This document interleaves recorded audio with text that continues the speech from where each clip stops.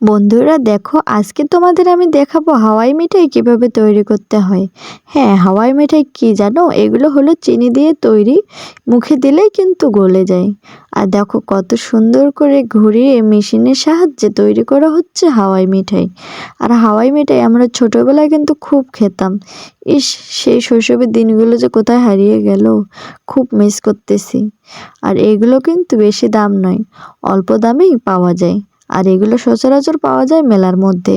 আর মেলাতে গেলে তো আমরা এগুলো খেতামই, মুখে দিলেই একবারে মিশে যেত, এত সুন্দর লাগতো না। তোমাদের এলাকায় এই হাওয়াই মিঠাইকে কি বলে একটু কমেন্টে জানাবা, বুঝলে। আর আমাদের কিন্তু এরকম, এই যে দেখো কত সুন্দর করে নিয়ে আমরা খাই। আর ছোটরা তো এগুলো দেখলে একবারে পাগল হয়ে যায়। আসলে শৈশবের দিনগুলো সেই হারিয়ে গেছে।